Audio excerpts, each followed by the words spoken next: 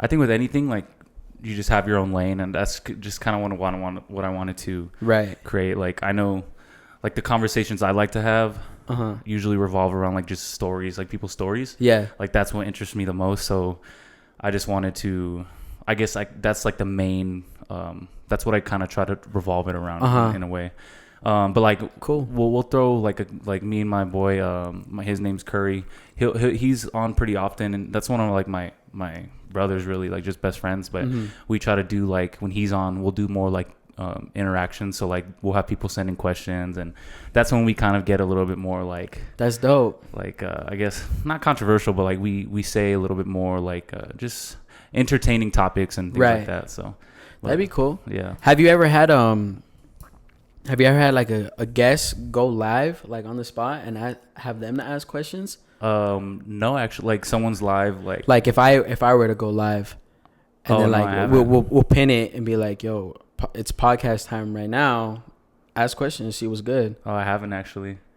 We could try it. We could try it out a little bit later on. Yeah, no, for sure. Yeah, I'm down. Cool. You just dropped your album, right? Yeah, like my debut album, bro. Yeah. So when you say debut, because I've seen, like, because I was listening to your music, you have one before this, but was that like It was yeah. Is that like a mixtape, or like, what do you consider that? It's a EP, which is like it's the same way as like a mixtape. It's not enough tracks to be labeled as an album. So how many tracks do you need to label it? It goes from literally 9 to 14. That's what's labeled an album. Okay. I think East Side Stories, which is the one I think you're talking about, was I had six or seven tracks on that.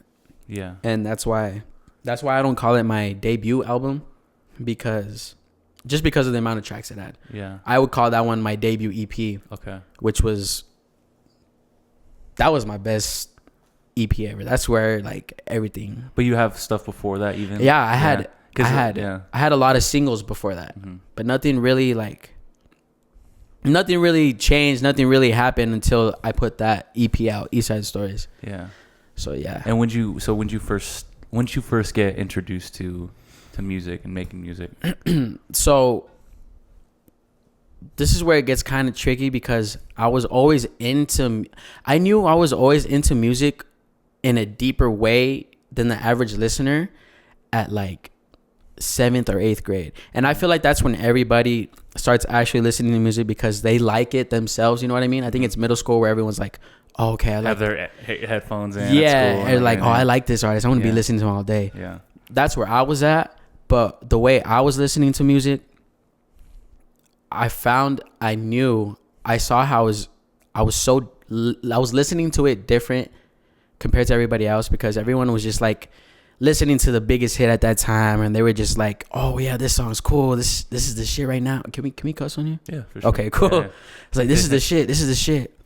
Me, I was like, yo, the way he says this, when the beat hits that point, it hits crazy. Or like, I'll be like, yo, that sound on that beat is so crazy compared to anything else. Yeah. Or like, what he said right there hits so different compared to what he says earlier. So I knew I was listening to it differently compared to, I'm not saying like everybody else. No, for sure. But like, I was listening to it in a way deeper way, if that makes sense. I think it's from an artist perspective, because like I can, even you weren't in that point in your life, you weren't technically, like, you hadn't made music.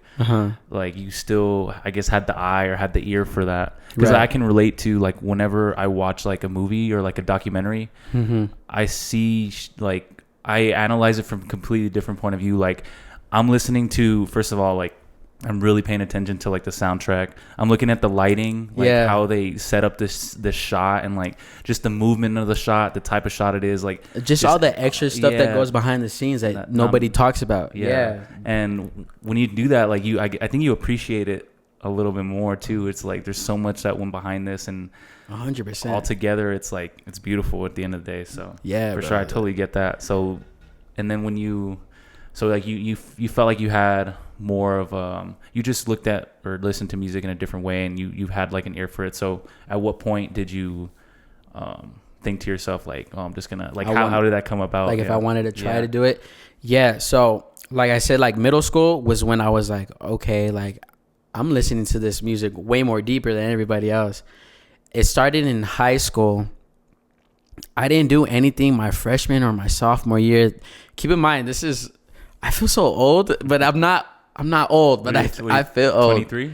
I'm 23. But like when you hear now, bro, like just like everybody else is just so much younger. So when I say I was a freshman and sophomore in 2014, 2015, everyone's like, what the fuck? That's damn near like 10 years ago. That's what I'm saying, right? Yeah, literally. So yeah, freshman, sophomore year, I knew I wanted to do something with it, but I didn't take that step to do something about it. Junior year is when I was like, you know what? I got my first job. I was working at the chocolate factory in the fountains. Oh, okay. That was my first job. I was making the caramel apples and shit, doing all that. I bet it smells good in that. It smells good, bro. Do you walk out smelling like fucking chocolate? Yes. I actually hate eating chocolate now because of that job. Because we would just like snack on them like here and there. But anyways, junior year, I started getting like my own money. And that's when I was like, you know what? I'm gonna do something with this music stuff. So that's when I had like my first, it was like an HP laptop. I had FL Studio on there, and I was making beats at the time. I didn't know I wanted to be an artist. I didn't know I wanted to be like on the mic end of the side. Mm-hmm. So I was just making beats and I was just playing around, messing with it. And I think one point, it was still junior year. One point, I told myself, I was like, you know what? I like making beats, but I feel like I could do something on the other end. Like I feel like I could really, at that point I was like, I can rap. I can write. Mm-hmm. So that came. And were you showing anybody these beats, or like were you just kind of keeping the only person I was showing at the time was my boy Nick, who's my best friend now. Nick, who else was around me at the time? I think it was only just Nick, bro, because I was just so like in a shell. I didn't want to show anybody. Mm-hmm. And so after that, after I took the initiative of saying, you know what, I want to do something on the other end of the mic, like actually be the artist rather than the beat. So I was still at that job. I was making money. I would save up. I bought like the cheapest mic I could find on Amazon. I bought the cheapest software I could find. Put that all together. I used my I had an Android at the time, so I was using my Android headphones when I was plugged into the HP, just like as my monitors and everything. Yeah. And junior year, I had put my first song out, and I was trying to be a rapper at the time. And I think every artist starts out like that because, you know, that's just how it is. I put it out. Oh, then like literally the next day or the following week after that, man, like it was the laughing stock of high school. Like everybody was just laughing at it. Everybody was just like making fun of it and everything. And at that time, like I didn't really care what people thought, which is where I thought, oh shit, like they're laughing at me. They think it's funny, cool, whatever, but I don't care, bro. Like I still put it out, you know, like you're still listening to me no matter what, you know. But at that point, that's where I was like, nah, rap. I don't even listen to rap that much. Yeah. I mean, I listen to it, but the majority of what I listen to is R&B. Mm-hmm.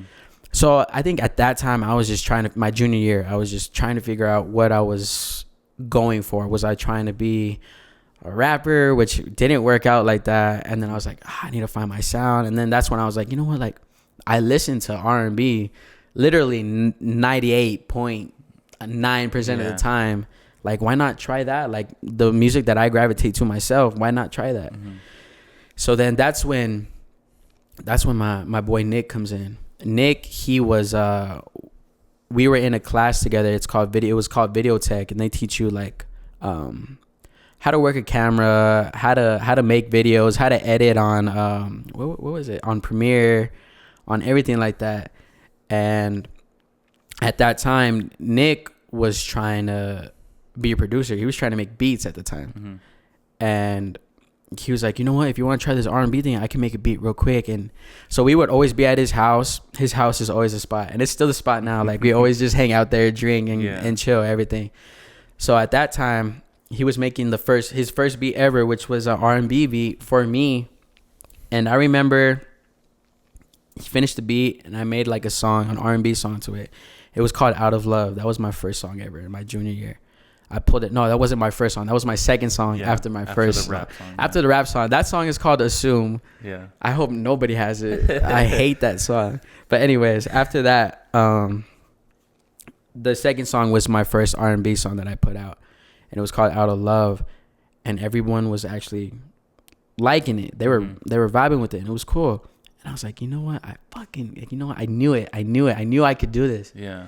And then ever since then, yeah, bro, like we've been growing from there, and it's been about 6 years.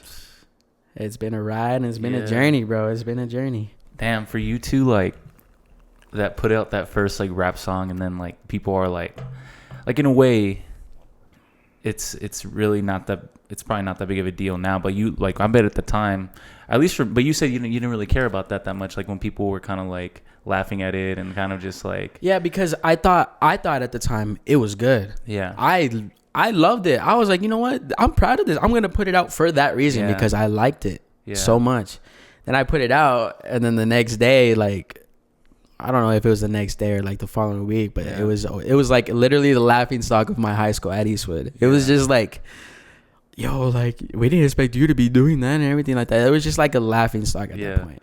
But at the same time, I was like, you know what? Like, I like it. Yeah. Like, I mean, it's cool. Like, it's whatever. You can do whatever. And then you still had like really just, you were like, no, I'm going to keep doing it. I'm going to just. Yeah, because at that point, there was a music scene at that point. I think it was 2016 going into 2017. There was a scene here in El Paso. That's when Khalid was doing really good on SoundCloud and everything, and right before he blew up, it's so crazy how there's a group of music artists here. Like, it's a literal scene within the city everybody knows about when you're in it. So when I was trying to get into it at that time, I remember there was this artist named Miles Angel. I don't know if that rings a bell or anything. I don't think. Nah. Yeah. I always give him his flowers. He's my big brother. He was like this R&B artist at the time, 2016, 2017. And I remember one time I was helping, Nick was shooting a video for a shoe store at that time. We went together because he was shooting a little like promo video for them, but they were having like this open mic with local artists. That's when he came, and he was the only R&B artist out of all the artists that performed, and he was playing his songs. And that's when I was like, yo, that's what I want to do. I knew I was already into music, but I didn't know where I needed to take it. You know, I had a song out, but that was it. Saw him, he was performing, he killed it. He was the only R&B artist doing his thing. I was like, yo, he's dope. I need to follow his footsteps. I need to do something with that. Yeah. And that's when SoundCloud was popping. That's when these artists weren't putting their music on Spotify and Apple Music right away, because it wasn't like that yet. It was, SoundCloud was the main thing to be dropping on, and you could drop on SoundCloud whenever you want. Yeah. So that's when SoundCloud was it. And yeah, I was just a huge fan of Miles Angel at that time. And I eventually met up with him, told him that I wanted to do this music thing, and we ended up having a song together. It was giving me like all this positive energy and all this. He was telling me like, yo, you really have it, like, keep doing it, bro. So that's what really made me keep going this whole time, because I looked up to him so much, and then he believed in me at the same time. And so that's what made me keep going the whole time. And we just kept the ball rolling. Shouts to Miles Angel. Shout out to Miles Angel. I always give him his flowers. He'll see this. He'll be like, yeah, this will always get his flowers, bro. Yeah, that's so sick. So up to that point, like before you made your first R&B song, did anybody like, had you tried singing? Because like you have a good voice, but like up to that point, did you know you had a good voice? No, like? No, I don't. Even now, I don't have a good voice. I mean, we gotta thank the creators of autotune. I mean, like, it's cool, but like, I don't use autotune a lot, but it really helps you get to that next level to make you feel like, okay, I'm comfortable enough to put that song out. When I first started doing R&B, there was no way I was gonna sing without auto-tune. So that was the next biggest purchase I made after that. After I got all my cheap studio stuff, I had to buy auto-tune. Mm-hmm. Once I got that auto-tune stuff, it gave me that extra kick, like, okay, that extra confidence to do it. Mm-hmm. So I didn't go into it knowing that I could sing or anything like that, because I couldn't. Yeah, I don't think I still can. But I mean, I think in a way, like, auto-tune is really just a tool that you use, but it is, like, it's still your voice. So at the end of the day, like, you're right. Yeah. So yeah, that's what the guys tell me all the time too. They're like, bro, like, it's not just like, it's your voice, like, it's your own voice. Nobody else has that voice. Like, it's your own lane. Mm-hmm. So you got to figure out how to, like, manipulate that and make it sound different. But yeah, when I first started, I didn't have, like, this mindset, like, I know I can sing, I know I have these vocal cords. I didn't. I just literally just threw a curveball at myself and tried to figure it out. Yeah, that's all it was. And when, like, do you write most of your? I've written all my songs. Yeah. And what are these? Like, what's your creative process like? Where do you gain inspiration from? Is it, like, stories you have from yourself? Like, I mean, a lot of your songs are about love too. So, like, is it, like, someone that hurt you, or, like, is it just you, like, just really just, like, just imagining these stories, or, like, what is it like? I'm sure it's a lot of different things, right? Yeah. So I think it all starts with, like, some of them are because of what I've been through. Yeah. Heartbreak or whatever, relationships, all that, you know, like every other R&B artist, they went through heartbreak, they write a song about it, they sing it. I've done that a couple times, but every single time when I'm writing a song or when I'm trying to think of lyrics, my main goal is to make it relatable. So as long as I'm talking about something that's relatable, or something where I'm like, I know a lot of people can agree with this, or I know a lot of people are going to feel some type of way if I say this. If I know people are going to be like, oh, damn, like, true, like, they feel it, then okay, I'm going to write it and I'm going to put it in a song. Mm-hmm. So as long as it's relatable, I try to make it relatable. Mm-hmm. So I'm always writing, thinking about, are they going to feel this? Because if you don't feel it in a song, if you don't feel it at all, like, if it doesn't pertain to you, it's not going to stick with you. I mean, it could be like a one-hit wonder, like, catchy hit, but other than that, I try to make music that people can be like, oh, I agree with him, or like, oh, yo, I've been through that. Yeah. So that's what I try to do.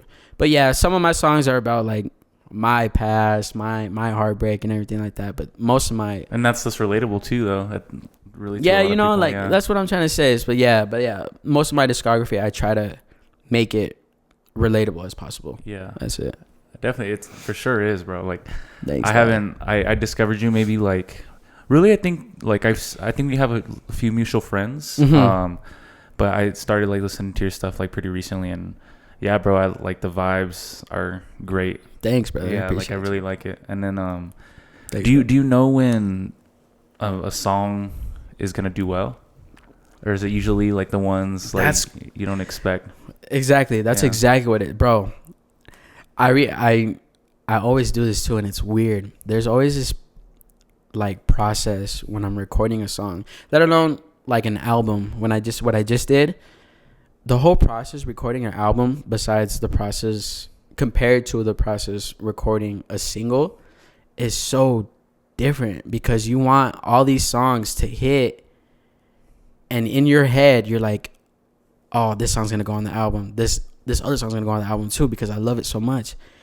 And then you have that one song, you're like, like, I don't really like it, but, you know, we need to add that extra track to make it an album, so let's put it on there. The album drops.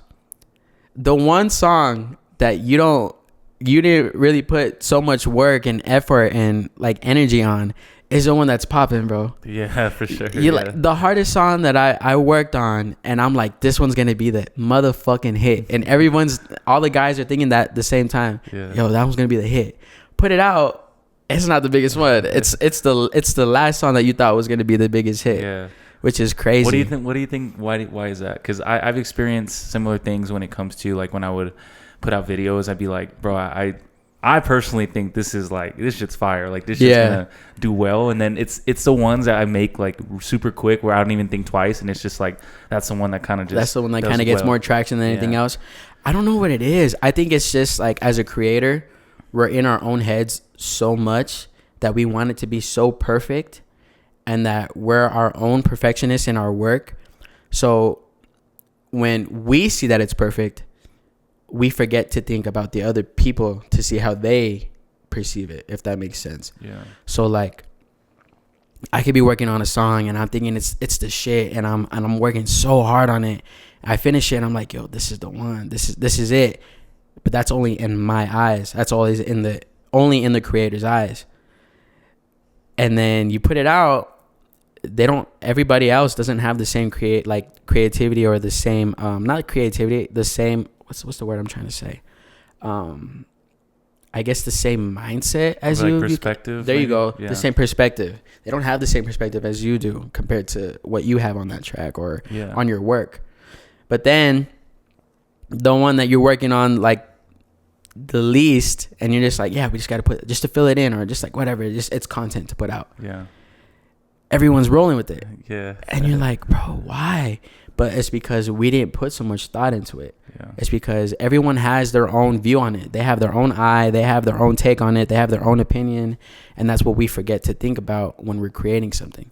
Yeah. So I think that's why I think it is, but I don't know. Yeah, that's a good, I definitely can agree with that. Because I think what I hear all the time is like the audience is going to decide. Like, exactly. At the end of the day, like, even though, like, from our perspective, we put in the most time to this one, like, we feel it, like, because when you're creating something, you feel when something's really, like, resonating with yourself and just it's hitting. But at the end of the day, like, the audience is gonna decide what's good or what's, like, exactly. what's not. So, like, not that it's not good, but there's some that they're gonna gravitate towards, and that's just, I mean, because that's just what it is. Yeah, like, you can't go around that. It's just what it is. Like, they're gonna like whatever they like. Mm-hmm. And if they don't like whatever you think is the main thing that you want to hit, that's their own opinion, you know. Like, we can't change anything about that. So for sure. So I think, was it Summer Love that I saw that one, I think, on, because I have Spotify. That one, like, blew up like a lot. That's my biggest song ever, bro. Mm-hmm. And I wasn't gonna put it on the project. That's the one insane song that I was not gonna put on the project. That's exactly what I'm talking about. That's the one song where I was like, nah, like, I don't really like it that much. I thought it was corny. I thought it was so corny. And the guys, they're like, bro, we like it. Yeah. I don't know why you're thinking that. So now when we put it out, and now that I know it's my biggest song ever, like, that I have in my discography right now, it's my biggest song, my most streamed song, everything. Yeah. And I wasn't gonna put it on the project, but because the guys told me to put it out, that's why I put it out. So now, every time I have a song, every time it's not even finished or undone, or like it's halfway done, I'll send it to the guys. And right when they tell me, like, yeah, it's cool, I like it, put it out, then I'll put it out. Like, I have enough, I'm comfortable enough to put it out. Yeah. If they give me the okay. For sure. And the guys, they'll be like, nah, this shit's trash. Like, keep it to yourself. Like, cool, okay, cool. Then I'll keep those to myself. But nah, bro, Summer Love is my biggest song that I have right now, and I wasn't even gonna put it on the project. That's insane. It's insane, bro. Like, it's so crazy. It makes you think, like, as a creator, like, dang, I really shouldn't be in my head too much about it, because I feel like as a creator, that's the main thing that stops us from putting out so much content, because we can watch it as we're editing, like, for you, like, as you're editing it, or when I'm mixing it, like mixing a song, that's when we're in our heads the most, like, I don't think people are gonna like it, and then you scratch it and you don't want to put it out. Mm-hmm. But at the end of the day, like, you never know what it's gonna do, so you might as well just put it out. You know?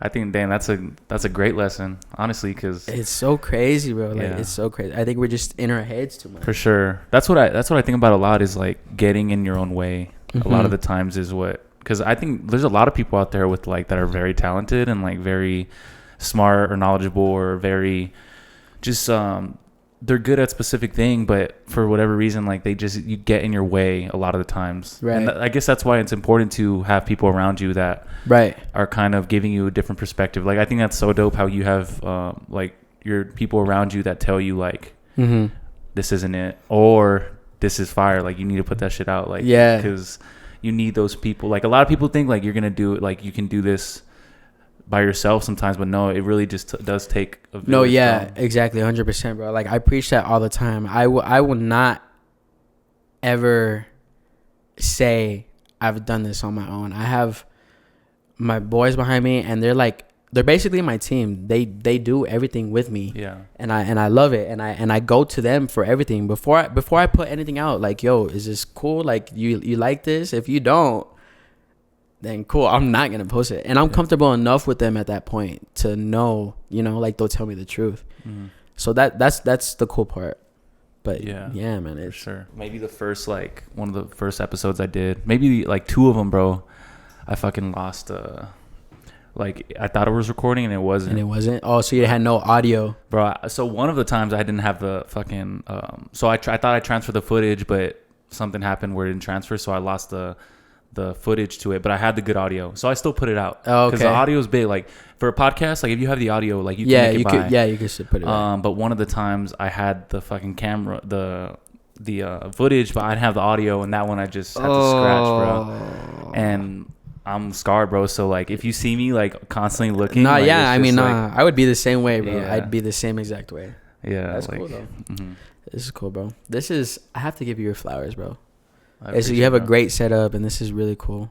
I appreciate it, bro. Honestly, like, it was this might be the first thing I've ever, like, kind of like, you get a room and you set shit up, and, like, this might be the first time, like, I ever actually set something up like this. And, like, I'm kind of glad the way it turned out, because I didn't think I had an eye for this type of stuff, but it's a whole vibe, bro. Yeah. It's a whole vibe. And you know what's crazy? Like, all your clips that you post, they're so TikTok viral worthy, bro.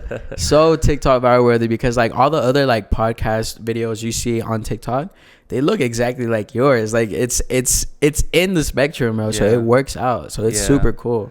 Yeah, I'm just honestly, like, that's like, at the end of the day, like, I do it because I love it, but at the same time, I would be lying to you if I didn't want to, like you said, grow it. Mm-hmm. So, like, when I'm doing it, I'm like, all right, every time I'm putting something out, I'm like, all right, what did I do on this one that was good? And, like, why did this one get more views than this one? So, like, right now I'm just in the process of, like, trying to figure out what it is. And it could just be, bro, that, like, I really just need to keep posting, and then eventually it's gonna, but you see, but that's where we get into our own heads, where we're overthinking so much, where it's really not that hard, bro. We just always got to push content, always just got to put something out all the time.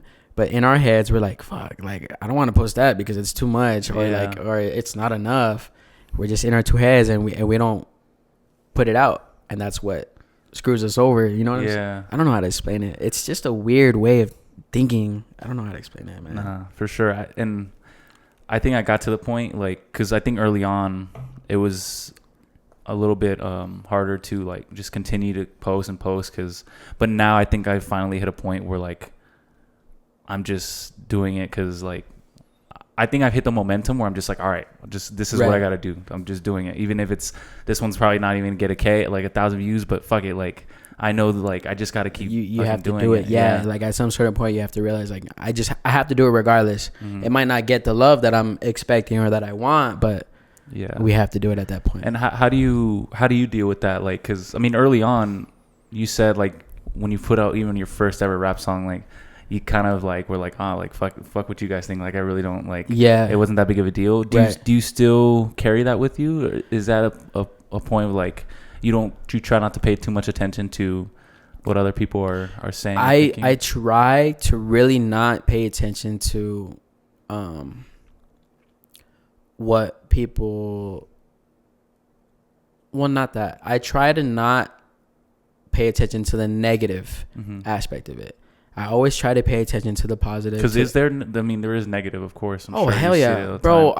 Oh my God, bro. Yeah. Like, I don't post the negative shit. I always post just, like, all the love. But bro, there's so much negative in my like, request DMs. Like, when I post stuff, I'll get so much hate, and they're like, you sound basic. You sound like a generated artist that we already know, or somebody like that. Just so much, like, that's crazy. So much. There's a lot of hate, bro. Yeah. But I mean, what I love to always say, I forgot who had told me, but I'm sure everyone rolls with that. They say, what is it? if you're not getting hate, then you're not doing something right. Yeah, I was thinking the same. Yeah, I've heard that. Like, if you're not getting no hate, then you're obviously not doing something right. You can get all the love you want, but if nobody's hating on you, then there's no reason you're not doing something right. Yeah. But yeah, I mean, now I really try to not dwell on the negative stuff. I really try to not look at my own numbers. I don't like to look at my numbers because, one, like I said, with Summer Love, one song can go crazy on streams, and then the song that I wanted the most to blow up has the less amount of streams that I've ever had, you know? So I really try to look away from the numbers and everything like that, and I've been pretty good on that. I've been pretty consistent on that. So that can help a lot for sure. It really could. Yeah. It's good. I mean, it's good to look here and there for growth, like as an artist or as a creator. Like, it's good to look so you see, like, okay, I just got to keep doing it, like for motivation purposes. But I really just try to stay away from anything negative or anything where I know it's gonna be like it's gonna bring me down. So I really just keep away from that, and I stick with the positive stuff. And that kind of helps you stay like true to like who you are and what you're doing. Yeah, because I'd be like, because don't get me wrong, bro, like I see certain shit, like I see certain trends, and me and my homie go back and forth this all the time because he helps me a lot with the pod and stuff, and but I see these trends, and I'm like, all right, like I could talk about these certain things where like I'm sure it'd get a lot of eyes, but like I don't know, bro. I just want to stay. I know if I stay consistent in my own lane, like I'm gonna get an audience where they actually genuinely like fuck with that, as opposed to just kind of doing what's hot. Like I'm sure I can, like it will help, but at the same time, like something inside me is just like, no, just stay true to what you're doing, and like it's gonna. So I mean, I could be wrong, bro, but I mean, at the same time, it's just no. I think, and I agree with you. Like, as long as you stay true to yourself and you stay genuine to who you are as a person, as the reason, like for the reason why you first started it, I feel like that takes you way more of a long way than hopping on trends and trying to go viral and just trying to make it, but you're stepping out of your own way. Like, you're stepping out of your own comfort zone that you didn't want to step out of. You know what I mean? So like, as long as you stay true to yourself and you're very genuine about your work, I feel like that's going to take you a longer way in the long run. For sure. You know? Yeah, that's the key, right? The long run, like it won't be as I guess that's what it is, bro. I'm thinking long term with a lot of this shit. Like, what's gonna be more sustainable, and like, even if I would put out like a clip goes viral, like from one day to the next, people kind of forget about it. Like, it's just you don't remember the last clip that you saw that went viral, maybe, but like last week, you definitely don't remember. What you saw that was viral. It probably lasts like what, 48 hours, if not 3 days. Yeah. And then after, people are already on to the next viral thing. For sure. You know? So if you can get to a place where like you're making almost like timeless things where like people can go back and like it doesn't matter where or when they go back to it, but it's just like, oh, when I made this, like it still resonates with people right now. Exactly. And I think that's the main goal, you know, rather than just being a viral hit and then being forgotten the next day. Yeah, man, for sure. And so like when you're making a song and like your process, do you have the beat already, or are you just writing and then you take that what you wrote and then try to apply that? So usually, like, the process when I'm recording a song, I'll be listening to a bunch of different beats at the same time. I don't go in with a beat that I already like, because I always felt this way, and I don't know why. Every time I go to record, or every time I go in to make a song, I hate going in having a plan, because plans never work out the way you want it to in your head. It's something always changes, something always happens, or something just doesn't work right the way you want it to work. So I always have this mindset to go in and record and just listen to beats, and right when I'm there and when I'm about to record and I find a beat that I like and I'm already like humming, or like I already have like this dope hook idea, or like a really cool cadence, then I'll be like, okay, I'm gonna load that beat up and I'm gonna figure it out. I'll load the beat up, and then bro, it'll be a bunch of like nonsense humming over the beat. I'm just trying to find like the right cadence and the right beat. And once I find that, then I'm like, okay, I'll hum the whole song. I have no lyrics to it. I'll hum it throughout the whole beat. I'll hum it. I'll hum a bunch of cadences that I think is catchy, and then I'll go back, and then I'll cut it piece by piece from beginning to end. Hook, verse 2, hook again. Once I find that, then I'll start writing into it. And that's when I start thinking like, okay, what's relatable? What can be catchy when this hits right there? What can be catchy? What are people going to be like, oh yeah, like I've been through that, or like yeah, that's catchy. That's cool. So dope. So that intrigues me the most, bro. Like just everybody's creative process like that. Everyone's so different. Everyone's so different. So, but yeah. And is that like one single studio session, or like is that over? You do that like for one song? Are you doing that like over a few days, or how does that work? It'll take me like if I'm in a really good headspace and I'm really in the zone, I could finish a song in a day. But it's most of the time it's never really like that. Yeah. It'll take me a couple of days, like 3 or 4 days to finish. And how long does a studio session usually like last for the most part? So it depends. You can record when you're recording at a studio. I love recording at a studio, like an actual studio, but it's just like you're paying by the hour. So in the back of your head, you're like, yo, I gotta haul ass and I gotta finish this. So where are you doing this at most of the time? Like you have your own place at your house? So most of the time, I have a studio set up at home. Okay. And I actually feel very much comfortable recording at home, but at the same time, I feel very much comfortable and I love recording at a studio. So whenever I have the money or the opportunity to go to a studio, I'll go and I'll record at a studio. But most of the time, like I have these ideas and I'm listening to beats, I'm at home and I have my setup there, which is way better than like the eBay mic that I bought the first time. Like it upgraded a little bit, but I have that setup there just because I knew like every time I'm listening to beats, I'm at home. I'm listening to beats, and if it strikes like an idea, I want to record it right away before I forget it. So I'll go to my studio at home and I'll record it. Yeah. And that's where it mostly happens at, bro. That's where I learned how to do everything. Yeah. And are you isolated most of the time when you're doing this, or can you have people around you when you're making stuff? I don't mind having people around me, but I know it's kind of almost a distraction in a way. I have most of the time I'm by myself recording and I'll finish it. But there's some times where I do have one of my homeboys there who's his name's Luxy. He's really good at writing. He's such a great writer. And sometimes I'll have like writer's block and he'll give me like ideas to where I can, okay, I like that idea. Let me write something about that idea. You know what I mean? So he'll put in like his ideas and we'll work together. But other than that, it's mostly just me by myself. When I'm at the studio, like an actual studio, there'll be people there. Yeah, for sure. And who makes your beats most of the time? Do you have different people, or like you? So I have some beats that are made by certain producers that I've met, but a lot of my stuff, bro, is from YouTube. Really? There's some I bet there's some great beats and some like sleepers on YouTube, and it's not like it's a automated beat or like made by a robot. It's an actual dude that's in his room making a beat, and he's an actual producer, and he puts it up just so people and artists can work on it, which is. Do you have to hit him up to like? You have to.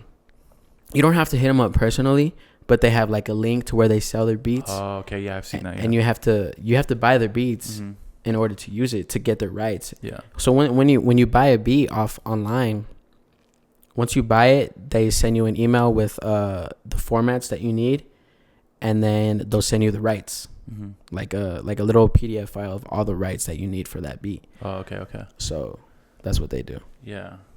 But it's cool, bro. Like, I mean, people sleep on YouTube beats. I don't know why. Yeah. But I like it. I've heard some great shit on YouTube. Bro, I've learned everything from YouTube. Literally. Anything and everything. Yeah. Are you full time right now, like as an artist? Yeah. Yeah, I'm full time right now. This is my full-time job right now. Yeah. And so what were you doing? So when did you first like start taking this, like, all right, I'm going to do this seriously? Like, right. Maybe even before you went full time, but like when you were like, maybe you had another job, but you were like, all right, I want to do this like full time at some point. So the job that I had before I started taking music full time was I worked at UPS. I was at UPS for about like 4.5 to 5 years. There's some good money at UPS too, though. It's a great job, bro. Yeah. It's a great job. I loved it. I was putting music out at the time when I was at UPS, and I had a bunch of my coworkers on Instagram and on my social media. So when I would post my music, they would slide up my coworkers, or like the next day I go to work, they'd be like, yo, like this shit's actually good, bro. Like, what the fuck? Or like my supervisors at the time, super cool. Like, did you tell people you made music, or you just like? I never told people that I made music. I never told people, but just because like I had them on Instagram, the word would get out and they'll just say something. Mm-hmm. So I remember like working all the time at UPS, like in the trailers, and supervisors, they had speakers. They would take their speakers, they would play music for their employees and everything. There was this time where I had like one of my homies was a supervisor, and he was just always like, as a joke, but he was always just playing my music as I was working, and everyone was just listening to it. And like my like fellow coworkers at the time, they'd be like, yo, this is you? And I'm like, yeah. And they're like, this is actually really good, bro. And then during that time when I was working at UPS, that's when I had put out East Side Stories too. Mm-hmm. That was during the last year that I was there. I put out East Side Stories, and East Side Stories really changed a lot for me. It changed literally everything for me. That was the first project. That was the first music where I was getting paid off of streams. So once East Side Stories started doing like this snowball effect, and people were finally starting to listen to me, that was the one project that literally changed everything, bro. Like, I really had no listeners. I was dropping on SoundCloud. That was the first project. All of my body of work I put on like all streaming platforms. Mm-hmm. And that's when I got a lot of support from like the city and everything. And that's when like my streams started rolling in. And that's when Summer Love went crazy for like no reason. And when you saw it like going up, you're like, oh shit. Like, I was like, yo, like I didn't know what to expect. Like, I don't know what was going on.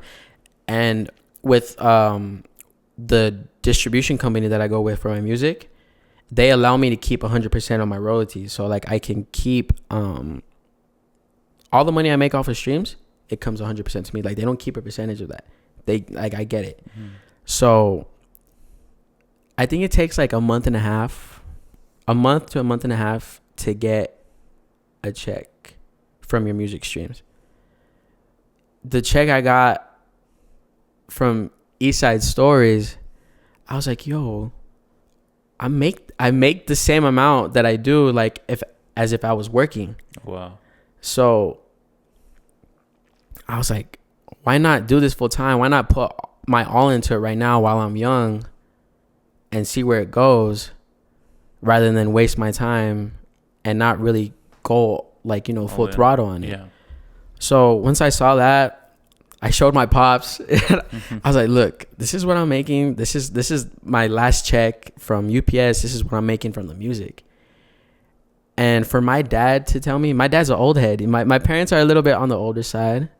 Old Hispanic parents. Yeah, literally, you know them. They're like, it's a 1 in a million chance of you making anything. So once I showed my pops that, and my dad was like, he's like, you know what? Try it out. Just see where it goes.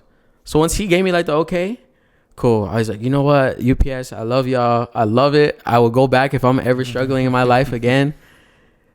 Here's my 2 weeks, but I need to do this now. I need to go all in right now. Yeah. So that's when I started doing music full time. Yeah. Damn. And were you excited, nervous? Because I mean, that's a big leap. I was nervous. I was scared, bro. Yeah. I'm still scared because like sometimes like, bro, I'm not making like huge, like, you know, like it's a paycheck to paycheck living, you know, like I'm still like, I still have bills to pay. I have my car, everything. I have bills and everything like that. And I like towards the end of the month, I'm like, I need some extra money. So yeah, I mean, like it's not all like rainbows right now, but you know, I'm still chasing my dream, and I'm going full throttle at it right now. Might as well do it now, you know? Yeah. So, but I mean, like, I'm not 100% confident. I'm always iffy. I'm always nervous. For sure. But at the same time, like, what I always try to think about is like, it's definitely a risk, but at the same time, like, we're so young to where, like, even if hypothetically you did do this and like for whatever reason it didn't work out, like, people think like you're just gonna hit, like, I know you just go back to what you were doing before if it's really like that bad, you know? So like, it is a risk, but at the end of the day, I think we kind of think a lot too much about it to where like it ends up stopping us from actually doing what we want to do. But in reality, like for example, moving to another city, people think that's like a big risk, right? If it doesn't work out, you can always come back home. Yeah. So it's just like, I think it's so dope that you were willing to take that leap, because I mean, a lot of people don't. So I think it's big. I just think it's like, well, I mean, thank you first of all, but I just think it's like I said, like I'm young. I wouldn't want to do it when I'm a little bit older and you have kids. And I need to figure out, like, I really need to make, like, I need a lifestyle. I need to do something to make a living off of something, you know? So I might as well just do it right now when I know I can, if it goes to shit, I can bounce back and go back to what I need to do, you know? Yeah. So I might as well take the risk now or never take it at all. Yeah. But at the same time, I'm sure, like, for me, like, I mean, I'm not going to say I don't have a plan B, but at the same time, it's like, I know I want to do this. I'm sure you're the same way. Like, you don't have a plan B. I mean, I have a plan B. Yeah. I have a plan B, C, D, everything. But why not take the risk, you know? Like, why not? You never know. You really never know. For sure. Yeah, bro. I don't know. It's cool at the same time, but it's nerve-wracking at the same time. Yeah. But it's fulfilling. It is. Yeah. It is. There's ups and downs, you know? Mm-hmm. But yeah, you're right. There is always it is fulfilling. Yeah. When you perform for the first time? When did you get your first gig like that? That's actually a crazy story. I was always into making music and putting music out, but I was always the type of dude who was like, there's no way I can get on the stage and perform. There's no way I could do that. In my head, I was like, I'm gonna get so nervous. I'm not gonna be able to get up there and sing, let alone sing. I couldn't, in high school, I would call sick days on days when I had to say a speech in speech class. Oh shit. Or like when I knew I had a presentation to do, like in social studies or like in English, the next day I would call in sick, or I would tell my teacher, I don't feel good, I don't want to do this presentation, because I would get that nervous. I would get anxiety. So it was weird, dude. Like, I'm making music and I'm putting it out, but in my head I was like, I'm never gonna be able to like perform. Yeah. I'm gonna freak the fuck out. But no, bro, it was crazy. So the first opportunity I had to have a show here was right after I put out East Side Stories, and my boy Louis, shout out Louis, he runs all of Madhouse, everything like that. He had reached out to me and asked if I wanted to do a show for the project, because it was getting so much love. Like, why not, you know, like, do something for the city? Cool. At that time, Homeboy was Sister Esther's at that time. Okay, yeah. And he was like, we can put a stage out there on the patio area of Sister Esther's, and you can get a DJ and you can perform your songs and do a show. And just because like I was new friends with him and he was trying to help me out, I was just like, yeah, like, let's do it, whatever, let's do it, cool, not thinking it was actually gonna happen, or like we were really gonna do it. Yeah. And then that following week he was like, yo, I'm getting a flyer made, getting ready for you, we're getting tickets ready to go on sale and everything, all this. And I was like, holy shit, like, we're about to really do this, like, we're about to really do my first show ever. I was freaking out in my own head. I was like, oh my god, there's no way I'm gonna be able to do this. And then, so yeah, bro, I remember the only motivation I had to do that show was the tickets getting sold. Like, they were selling. My main concern was like, we're gonna post this flyer and we're gonna put tickets out. Nobody's gonna buy it, bro. Tickets were like, people were buying tickets to come and see me. Yeah. And so in my head, I was like, okay, they're buying tickets. They want to come and watch me perform because they want to hear my music. Is the pressure rising at that It was point? Oh my god, bro. Like, my anxiety that whole like month before the show was intense, crazy intense. I wasn't able to sleep well that whole month. We were running, that was my first time running like rehearsals too, and we didn't have like a real rehearsal stage. We would go to Louis' house. We would go to his room. He had a big room, and my boy Winkle Batty was the DJ for that show. And he would pull up to Louis' house. I would pull up to Louis' house, and we would just literally have rehearsals in his room, and that's all we were doing. And then the show time came, and that's where I give flowers to all my boys, because they made it feel like a real big show day. Nick was like, "Yo, let's get a hotel room downtown. Let's have a pregame. Let's have a dinner with everybody. We'll have a dinner. We'll go to the room. We'll have a couple drinks, and then when it's showtime, we had openers for my first show too." Damn. Oh, full circle moment. Remember I told you about Miles Angel? Yeah. Miles Angel opened up for me for the show, for my first show ever. That's sick. So that was a full circle moment. That felt great. They were opening up. They were doing their thing. We were at the hotel literally like 15 minutes before showtime that I had to go. We left the hotel. They made like a backstage green room for me at Chino Chido. Damn. They blocked half the club off, and they put these black drapes, and it was just me and the guys in the back, and we were just chilling there. So there's a back entrance between. There's a back entrance for Homeboy now and Chino Chido. Oh, okay. They have a back entrance for each other. Yeah. So they made like this backstage area for us at Chino, and when there was showtime for me to go, that's when they told me it was time to go. So we were going through the back area to get to. Hold up, like is your heart fucking? Bro, racing? I was freaking the fuck out, bro. I was freaking out, and but are you showing it, or are you just like? Nah, I'm not showing it. Yeah. I'm not showing it because if I show it, everyone else is gonna freak out. Yeah. Or they're gonna be like, "Oh, nah, he's freaking out. Mm-hmm. It's about to be like a shit show." I couldn't show that, right? Yeah, no, for sure. But what's crazy is like, my boy Adrian, he was the one helping me. Bro, I'm telling you, for my first show, we went all out. I had my in-ears to where I can hear myself when I was performing. I had the music in my ears and the monitor. So my boy Adrian was helping me. He was putting me my in-ears and everything, and he was hyping me up. He's like my hype man. He's like, "You got this. Everybody's here for you," and everything like that. And then right when it was time to go perform, it's so crazy, bro.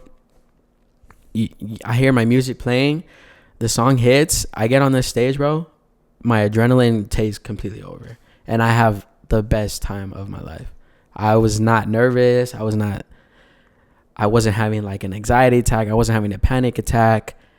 I remember my main fear was forgetting my own lyrics, but I remember my lyrics, and I just have now when I go perform, bro, I have fun every single time on that stage. And it's so crazy to me because back to what I was telling you, I couldn't even like present a presentation in school.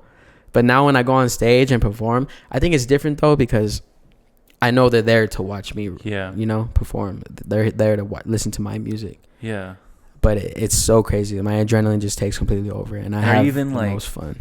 That's so crazy. I can't even imagine like the adrenaline when it comes to doing something like that.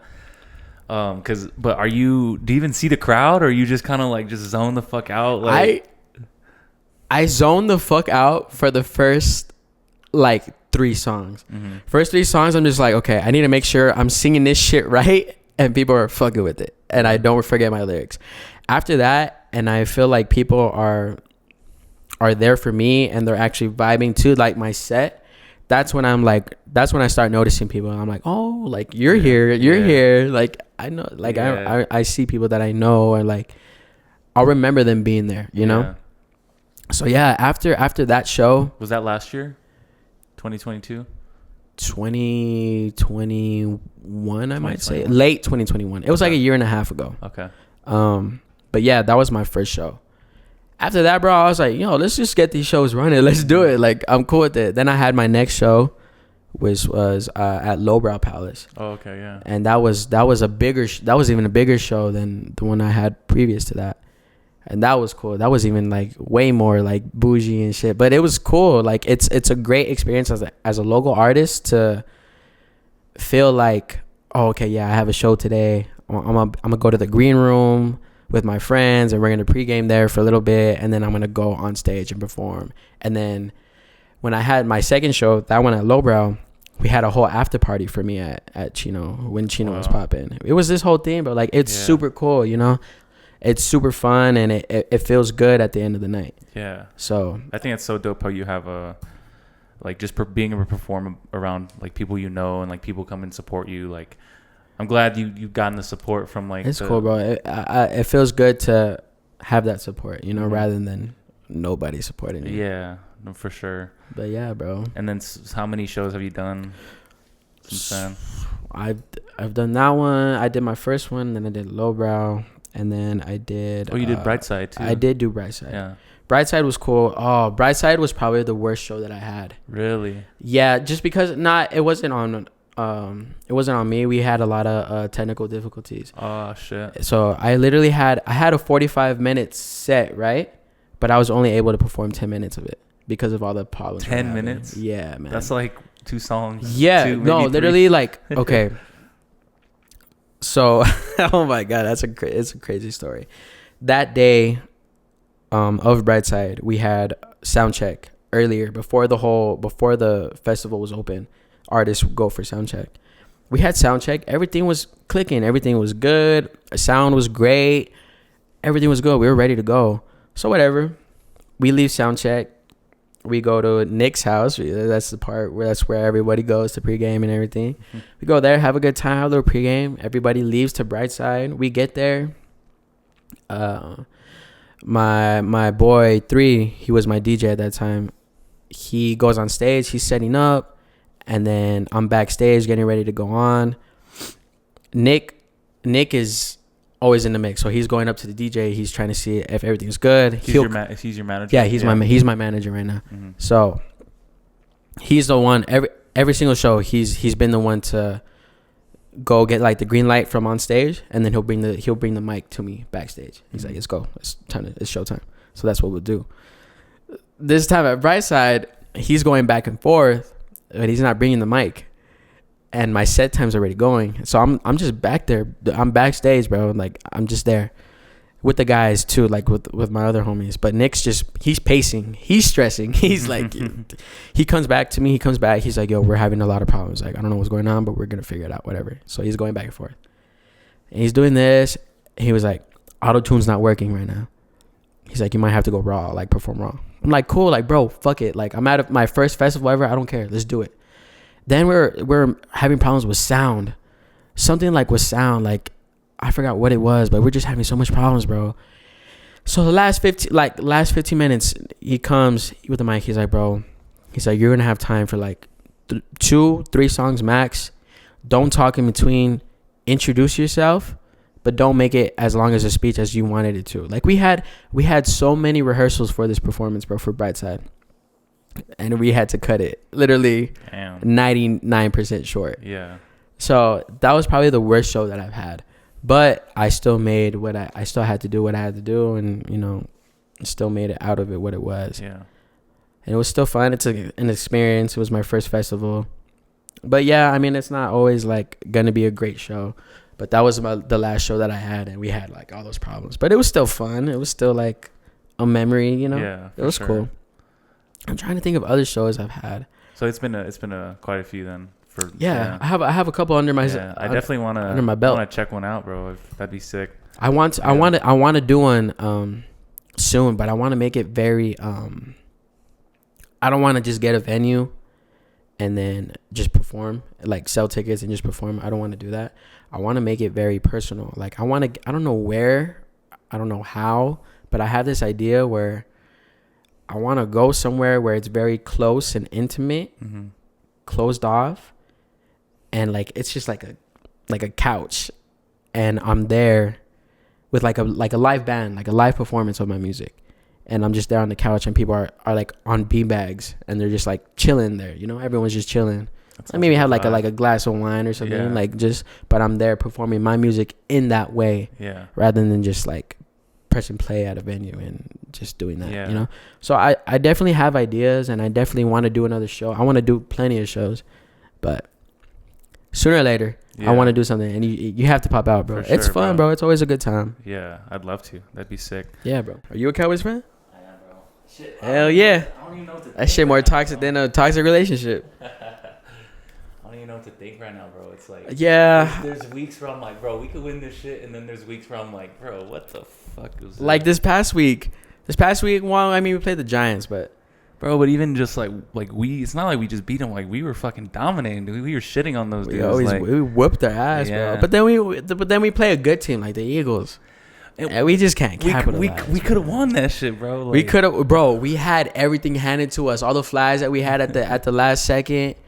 Oh my God, we had the best chance of scoring to win that game, and nothing fucking happened. And that's the thing. Like, I always joke with my brother, bro. It's like, it always ends in a Cowboys fashion. Like, it's like that ending was so like Cowboys. It's so Cowboys. Like no other team's gonna do that shit. No, it's just such a fucking like they bring your expectations up and then fucking let you down, bro. I think right now it's just like put Cowboys in the red zone, you're fucked. Like, no disrespect to people who are Giants fans, but just like it's just not a real competition for it. I feel like we always shit on the Giants. We always do. Remember the first game? What was it? 40-0? Yeah. 40-something to nothing. And then this one was 40-something to 19 or 17. Yeah. Have you been to a game?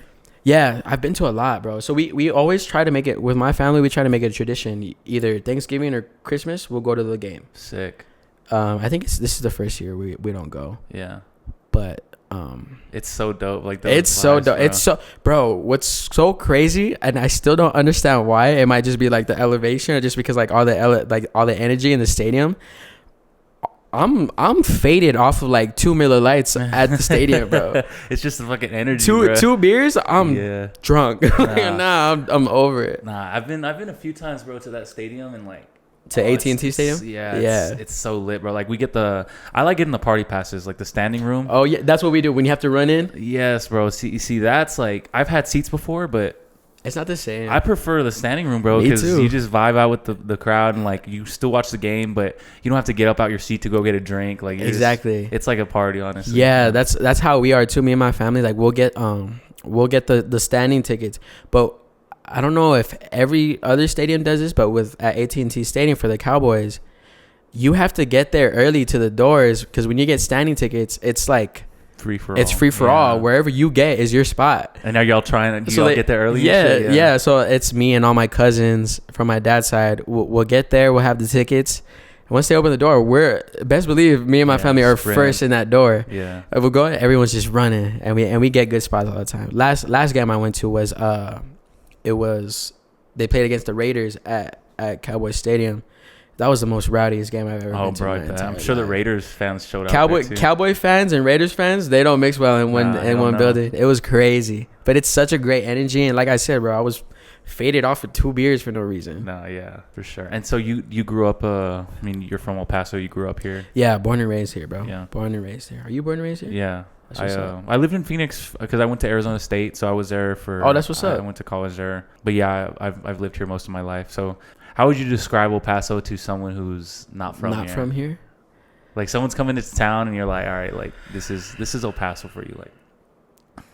Damn, I think the first thing I would tell them, I'll be like, when you get here, just know once you meet one person, that's gonna link you with every fucking buddy else in this city, bro. Yeah. Everybody knows somebody, and that somebody knows another somebody, and that's how everybody knows everybody here. And I don't know if that's just like something that's just here in El Paso. I don't think it is. I feel like every city has that, but not to the extent that we do. No. You know what I mean? Yeah, for sure. Like everybody just knows somebody here, weird, bro. Like, it's just so crazy to me how, like, anywhere you go, like, you even if you don't know someone personally, you've seen them before. You know who they are. It's like who are you? Weird. Who do you know that I know? Yeah. Because you look so familiar. But I mean, it's not a bad thing. But that's the first. It's. I don't think it's a bad thing either. Like, it's cool, you know. Like, I mean, that's just how El Paso is. That's the first thing I would tell them. You meet one person, just meet one person. You'll know plenty of anybody here. You'll know anybody. I don't know what else I would tell them. I mean, I love this city. I don't have anything bad to say about this city. I mean, there's a pros and cons about knowing everybody or somebody knowing anyone. But, yeah, for sure. But there's other some than cons that, for sure. Yeah. Other than that, I think it's like a great city. Everyone's cool here. There's a lot of different. Well, I mean, no, there's just more like Spanish and English. Other than that, I don't know what I would tell people about the city, bro. Yeah, it's unique for sure. It is. It's weird because it's, in a way, it is big, but it feels like you said, everybody knows each other. Yeah. So it feels small in a way too. But I think like anybody who usually comes to visit, like, I don't know if they want to live here, but they always have a good time here. So they do have a good time. Yeah. That's another thing. This city knows how to fucking drink. What? You go. Who is it? I have a lot of friends that live in Austin, and when they bring their friends, they would live here in El Paso, but then they move to Austin. Then they make friends from Austin, and they bring those friends here, and they're like, damn, like y'all really know how to drink. No, for sure. And it's, I don't know if that's a flex, but it's, I think it's some Mexican like roots, bro. Like, cause my family, bro, like, and I'm sure you relate, bro. Like, yeah. My parents drink more than me, goddamn. Like, yeah, my parents, yeah. No, yeah, like you go to any family party, it's more booze than anything. For sure. Yeah, even like a kid's party, that's what it is. It's just pure getting lit with the family. Yeah. Nah, but yeah, I mean, I love this city, bro. Yeah. I've never been one to say like I'm leaving or I'm moving from here. Nah, like I want to stay here, you know? Yeah. I love El Paso. I love the city. Yeah. So if someone was visiting you, where would you take them as far as like first spot? You're gonna go get something to eat, you're gonna go get a drink, you're gonna go get lit, like, or even just wherever, like, just give them the El Paso experience. What are you gonna do in your eyes? It could be from you, like from your perspective. In my eyes, okay. I mean, I could be really basic and not even basic. It's not okay. I'm not anybody. They're not even from here, so it's not basic, bro. Like, okay, you're right. Yeah. Okay, cool. Then I would have to definitely take them to Chico's. Okay, yeah, definitely take them to Chico's. After that, I would definitely take him downtown. Take him to like San Jacinto, around that area. Take him to little like bars and places that are around there. Downtown is so, I don't know why downtown is so slept on. Dude, it is. Downtown has so many dope places that people don't even really know about. There's so many like hole in the walls that I would love to take somebody that's from out of town there. For sure. Take him there, especially right now during the holiday season. It's different. Nice, it's always like lit up and everything like that. So yeah, take him to go eat. Take him to Chico's real quick. Tell him to get a single, a double if they're feeling crazy, and then go downtown. Show them all that. Show them the little hole in the wall spots. If they're all about partying, then you got to take them to the west side. Yeah, for sure. Take them there. See how they like it, and I mean, I think that's all you got to do to bring somebody in for the El Paso experience. But yeah, I mean, I'd probably add like maybe Scenic, because I think Scenic's pretty dope. Okay, yeah, you know what? You're right. Yeah. Dang, I would have said that too. I just didn't think of it. Nah, Scenic is a good spot to show because a lot of people don't really have that anywhere. They don't have a view like that. The mountains are fire, bro. Yeah, like, exactly. People take that shit for granted. Like, our city's literally built around this like fucking big ass mountain. You're right. I think it's beautiful, bro. It's sick. Yeah. Actually, that's really sick. Yeah. And you could literally see like an entire different world in Juarez. Like, yeah. It's so crazy. Yeah. Damn, I didn't think of Scenic. Yeah, no, yeah. Really damn, I haven't. When's the last time you've been to Scenic? Last time I've been to Scenic, shit, probably like it's been last week. Nah, just like I was like, damn. Well, I mean, you're on vibes, bro. It was probably like 2 months ago, maybe. Okay, yeah, that's what's up. I haven't been to Scenic in a while, bro. Yeah, it's I might just go up there one of these days. Yeah, I used to go a lot, all the time by myself, just because like it's really a vibe. Like you don't have to go with anybody, but or even hiking. Do you go hiking? I've been to dang, what's the main hiking mountain that we have? Franklin. There you go. Yeah, I couldn't think of it. Franklin Mountains. I did that a long time ago though, like years back. But I haven't been hiking in a while. But I remember doing that one. Yeah, There's some. I mean, El Paso and food here is fucking really good. Bro, they have everything you want here, and they have really authentic Mexican. Oh my god, you go anywhere else and you have Mexican food, it's so Tex-Mex. Yeah, like it's just so like can't. Then you come back and you show them. You come back home and it's really like real. You can go to any Mexican spot like down the street and it's so good. And there's so many Mexican restaurants around here. Yeah, everywhere. I mean, Cometa is pretty like popular. Like Cometa is popular. You ever been to there's this place that I always preach about. You ever been to La Malinche? I've seen it. I haven't been there though. That's an OG spot, bro. Yeah, that's an OG spot. If you clip this for one of the videos, ask anybody who's been to La Malinche. You know what La Malinche is, man. It's like I guess that I love it so much just because, like I said, my parents on the older side, and I've always been going there as a kid, like with my parents and my grandparents at the time. It's just like a very homey Mexican restaurant type feel. Yeah, bring out the chips and tostadas and salsa literally, and like they're making like the homemade tortillas like right there behind the window. Like it's just really, it's a really cozy feeling. You feel like at home almost. They have breakfast there too. Yeah, they do serve breakfast there too. Mexican breakfast is like, it's just so crazy. It's not amazing in breakfast if you don't have bean and cheese on the side. Oh, for sure. Literally, man. And then like they even have hash browns and bacon, but even that shit tastes different. It tastes different, right? Yeah. Like it's not gonna taste like how you taste it at IHOP or something like that. It's crazy. Yeah, that's funny, man. Bro, Mexican food in my opinion is like top tier, bro. Like it might be the best food on this, like the best cuisine on this planet. Oh yeah, for sure. There's just so many levels to it.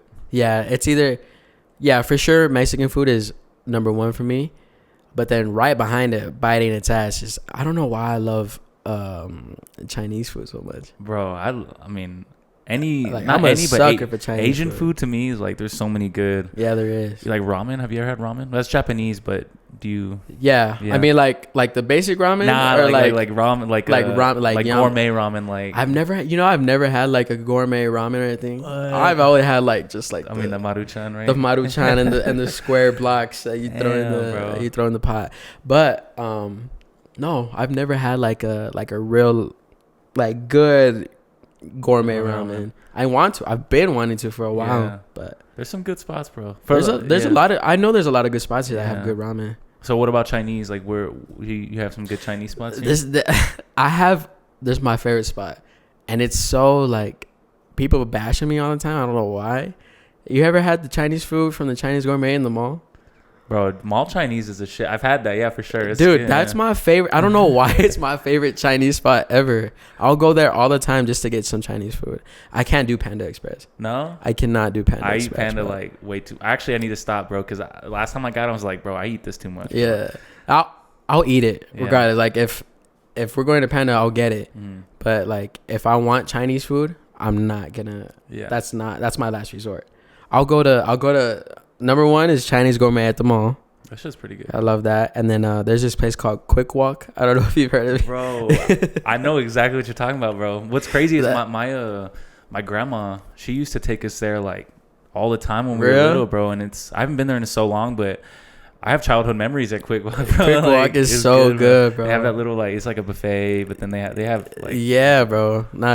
That's Quick Walk is goated. I like, don't get me wrong, like I really like to travel and experience new spots, but I've definitely, El Paso's definitely grown on me so much, especially just meeting a lot of people here, like some really good people here and so many talented people here as well. There's so much talent here, bro. So much talent here. It's crazy, actually. I don't understand. Like I've always said this too. Like I feel like El Paso's the next LA. El Paso's growing fast, like super crazy. The fact that there's traffic every single hour of the day now, like you're never gonna be, unless it's like 3 a.m. Yeah, even then, bro, sometimes they close off the fucking exactly. I'm just like, but like no matter what, now there's traffic no matter what. Like there is period of times where like, okay, from like 2 to 4 there's no traffic. Yeah, now there is, bro. Like there's traffic all the time now. It's growing, bro. It's growing. But I don't know, El Paso's home, bro. I feel like it's a very homey place. Yeah. Anytime I leave and come back, like it's always, I love coming back. So yeah. But yeah, man. Are you single right now? I am single. Yeah. I want a girlfriend. I want a relationship, but I don't know, man. I feel like right now is the most horrible time to date. Yeah, so I'm curious about that. Why do you think? Because I like talking about this topic actually. Yeah. Yeah. Why do you think so? Do you think it's a generational thing that we're in right now? I 100% think it's a generational thing. I blame social media most part. Yeah. I blame 90%. I blame social media just because I feel like it just brainwashes people now. Like, and it's so easy. It's so easy to cheat or do your significant other wrong. So easy. And now there's so many things, simple little things that can start an argument for no reason. Well, it's not for like no reason, but there's a reason behind it. Yeah. But like, it's so simple. Like, you can have a girlfriend or she can have a boyfriend. One of them, all it takes is a like on somebody else's story. Mm-hmm. And it starts a whole argument. You know what I mean? Like, sure, yeah. There's just so many things because of social media that affects relationships. It's just not healthy. And I feel like right now nobody really has the right mindset of wanting to really be in love, if that makes sense. They see like these amazing influencer couples like on YouTube or TikTok or Instagram, and they want that, but they don't want like what really comes with it, you know? The work. Yeah, they just want like the glitz and glamour, and they just want to be that lovey-dovey couple that everyone wants to be. But then they don't see like the trust issues that you have with somebody, the arguments that you have with somebody. Like, I've been there, you know? So have you been in a long-term? Yeah, I've been in a long-term relationship before. And I mean, I can agree with, the social media aspect is like, for sure, right? There's always something that, even if things are good, like you can be on good terms with like your significant other. Like you said, bro, it's just one little thing. Like, it doesn't have to be anything big, but like, it's just, with social media, it's like there's always something that kind of, and that's the thing we check right away every single day when we wake up. Mm-hmm. And that's kind of, I always think it's so scary that's the first thing. If one day the government was just like, everyone in the United States has to be off their phone Monday through Wednesday, Thursday through the rest of the weekend, you can have it. But imagine if someone was just like, they were just like, Monday through Wednesday, all electronic devices are prohibited in the United States. You know how crazy the whole world would go? You know how crazy everybody would go if they didn't have their phones when they wake up the next morning on a Monday morning? They would go fucking insane if they didn't have it.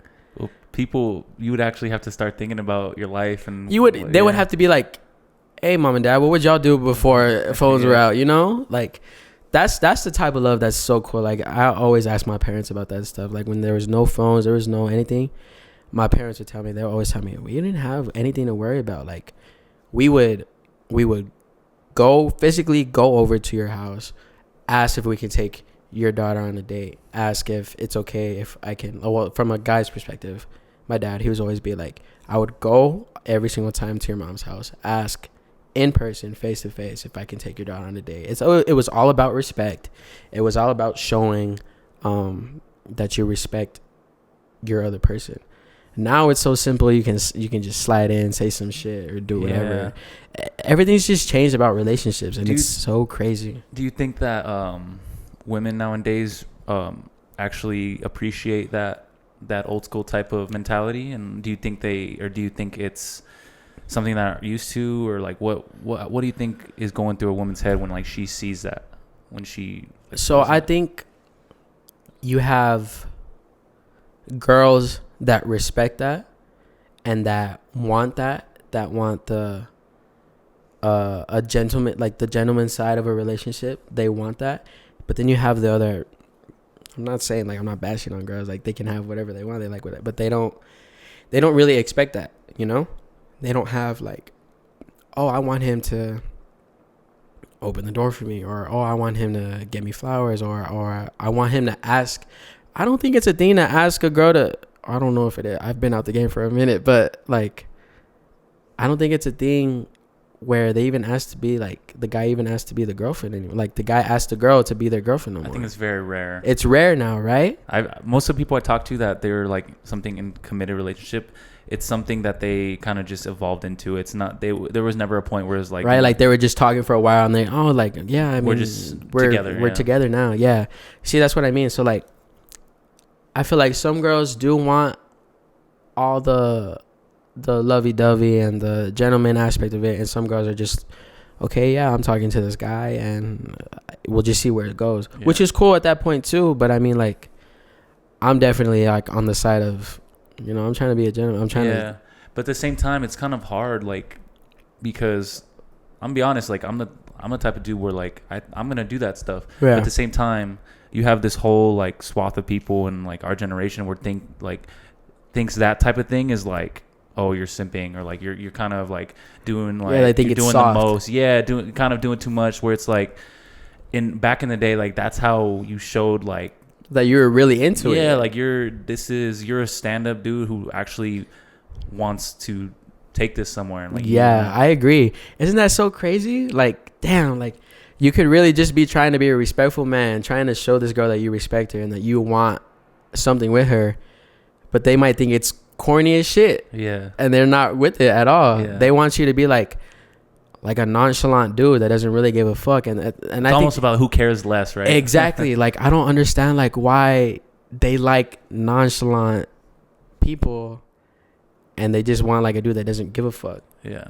But I mean, I don't know. This generation is absolutely insane. Yeah.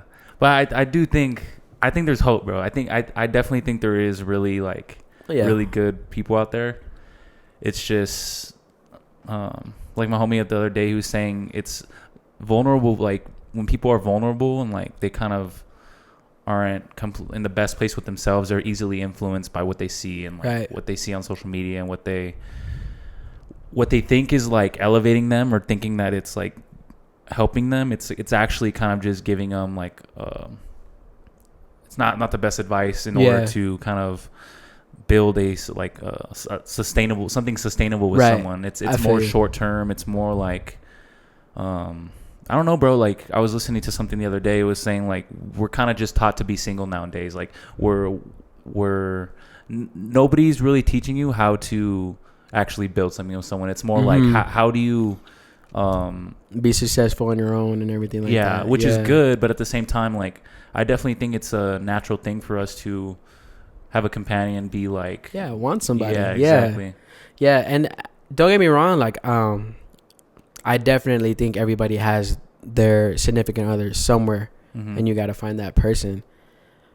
It's just so much harder to find now, just because of all the distractions that we have. Options, easy access to everything. You can, like I said, back in the day, you had to go to their house and tell this girl that you liked her. Now you can just find her Instagram and say what's up. And if they like it and you like it, there you go. You guys. But then there's like 30 other people that are kind of exactly. Like. That's exactly my point. And then they got this close, like the stories, bro. They got your close friends, bullshit, all this, bro. Like there's just so much that goes into it. It's kind of crazy when you think about it. Like it's so weird, bro. What we do on social media, like it's actually an imaginary world if you think about it. It really is. Like, if, like you said, if that were to happen, where for whatever reason, like the servers shut down, like, and we couldn't get them back up for like months and shit, like literally whatever happens on social media or whatever is happening on social media and whatever we do, like we post in our stories, none of that shit fucking exists. Like even the followers at the end of the day, like exactly the followers you have, like it's nothing without the social media. Literally. That's what I'm saying. Like everything would just go to shit if the servers were just to go completely off. But I mean, it is it's the world now, we can't really do anything about it. I had a it's gonna completely shift what we were talking about. No, for sure. But I have a question to ask you. Are you a believer in manifestation? I think do you believe in manifestation? I guess before I answer, how would you describe and how would you define manifestation? I guess I don't want to add to it, so I guess just manifestation is. So like, do you believe in you saying to yourself, I'm gonna do this, I'm gonna make it this far, I'm gonna have whatever, XYZ, I'm gonna have this. You saying that to yourself, like in front of a mirror every day in the morning, or you giving yourself that mindset every day, like you're thinking positive like that. Do you believe in that? Mm-hmm. Like just by itself? Yeah, I think I definitely believe in the aspect of like me thinking to myself, this is what I want, mm-hmm. and this is where I see myself. This is what I envision for myself. And I believe in doing what it takes to get to that. Yeah. But the thing is, it's so complicated because sometimes you don't even know exactly what you got to do to get to that position. It's so much trial and error, and so much like just being in tune with who you are and what you're doing. But at the same time, I also like I don't really do it in the fact where like I don't say to myself, I don't speak to myself, or like I don't look myself in the mirror and like, or I don't, for the most part, sometimes I don't even write it down. It's just something that I hold within myself. Right. And even what I'm doing right now, bro, like I have this vision in my head and I envision it, but for the most part, I just try to, it's in the background, right? And I'm just trying to do what I can right now to like kind of like ensure that I give myself the best opportunity and best possibility to like make it to that point, you know, whatever that is, if that makes sense. No, yeah, I get you 100%, and I agree. I believe big time in manifestation. I'm big on manifesting what I want, but I'm not just there in my head saying, okay, I'm gonna manifest this and do that without no work ethic towards it. You know what I mean? I believe in manifestation, but as well, if you're doing something to get to that point. For sure. I feel like I've always said this. I don't know why. I always feel like manifesting and believing in yourself and working to that, I feel like that's the key to anything you really want to do, because who else is who the fuck else is going to stop you? You know what I mean? So yeah, I just wanted to ask you to see what you thought about it. I think it's powerful, bro. I don't tend to. I mean, that's what it is. It's definitely manifesting when you say it. I guess the way I've always looked at it is like, whenever I have like a vision in my head of something that I want to attain, I guess if I pinpoint what that is and I constantly keep that in my head, it's like, for whatever reason, the universe, or like if you believe in God, he kind of, you can be guided in certain ways or directions that's gonna kind of inch you closer to that path. It's just you kind of have to pay attention to what that is. Like, for whatever reason, when you set your mind to something, it's like you're kind of presented with different things that are gonna aid you in that pursuit. You know, like at least with and anything I've ever done, whether it's like with this podcast or like just in sports or whatever. Anytime I want to accomplish something, it's like, all right, I'm presented with these things that, for whatever reason, it feels like I have to do this right now to get me closer to that position. Right. And so I just kind of take that and just run with that. And sometimes you just end up where you kind of envision in a way. It's kind of crazy how it works out, bro. Like, it is, bro. Did you manifest where you're at right now? And like, see, that's a crazy thing, bro. Like, I don't remember like manifesting the way I do now before to where I'm at now. Does that make sense? But I know I wanted to do that. I wanted to get to this point, to get to the next point, and then to get to the next level or where I want to be. But I don't know if I really like, I guess, manifested at the time in the past. Now I do. Yeah. Because I just believe in it. Yeah. And I know, and like I said, like, work towards it and manifest it at the same time. I feel like that's just the key to success. But I don't know. I wish I could tell you yes or no, but I really don't know if that's what I was doing. Yeah. I think for me, it's like I get kind of, I don't realize it until I actually look back and just like, yeah, exactly. Is this what I was kind of hoping for? And in a way, like, what's that saying where it's like you were manifesting where you're at right now or something? It's something about like just being great. It's basically, the saying is, it just means like you should be grateful because the position you're at right now, like you were hoping for this back then, you know? So exactly. Like, I know what you mean. Yeah. I know what you're talking about. I can't really put my finger on it, but no, I know what you're talking about. It's just, I think it's just so crazy that like it really can happen, and I know it would happen too, like for anybody, whether you're working towards whatever goal you want and you have that positive mindset in your head, manifesting, saying, okay, I'm gonna do this and that, and I'm going to get to that spot that I want to be at. And the fact that so many successful people back that up. I don't know. I watch a lot of I'm pretty sure you watch a lot of podcasts too. Yeah. There's so many podcasters that have these successful guests on there, and they always preach about manifesting and working towards your goal and literally just being positive on yourself. And they always say, like, it's so much, like, it's there in front of you. You just literally have to believe in yourself, manifest it, and work towards that, and it's gonna happen. And they all sound so sure about it, you know. And I think, like, with us, we're in a spot where we don't really see what they see yet, but we're in the work in progress part of it, you know. So we don't really see it, but we kind of see a little light at the end of the tunnel. Yeah. So I don't know. It's a weird. What provides you with that light? You think what's kind of keeping you? Because I'm sure there's times where you get discouraged, right? Like just like anybody else. 100%. There's a lot of times where I wanted to quit what I was doing, but I think that light at the end of the tunnel that I always like, no, I gotta keep doing it. I think it's just like the constant love and support that I get.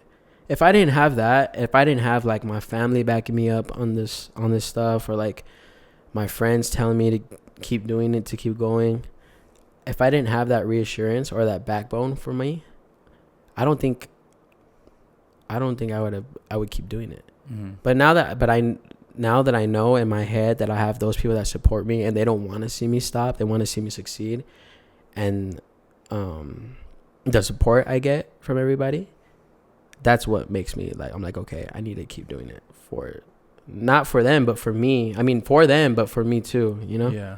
I mean, what's crazy, what's best for you is also the best for the people around you. Mm-hmm. A lot of the times. Because if you accomplish what at the end of the day is what's fulfilling to you and like what you envision for yourself, yeah, like that energy that you're gonna give off and feed to people, it's contagious as fuck, bro. It really is.